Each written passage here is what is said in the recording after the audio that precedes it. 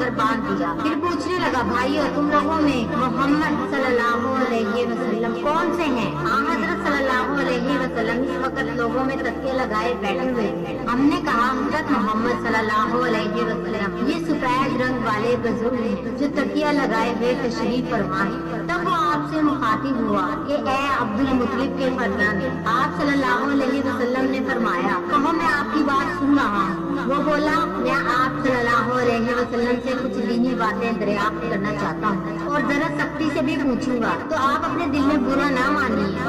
आप सल्लल्लाहु अलैहि वसल्लम ने फरमाया, नहीं, जो तुम्हारा दिल चाहे पूछो। तब इसने कहा कि मैं आपको और आपके रब और अगले लोगों के रब तबारक व तआला की कसम देकर पूछता हूँ, क्या आपको अल्लाह ने दुनिया के सब लोगों की तरफ रसूल बनाकर भेजा है? आप सल्लल्लाहु अलैहि वसल्लम ने फरमाया, हाँ।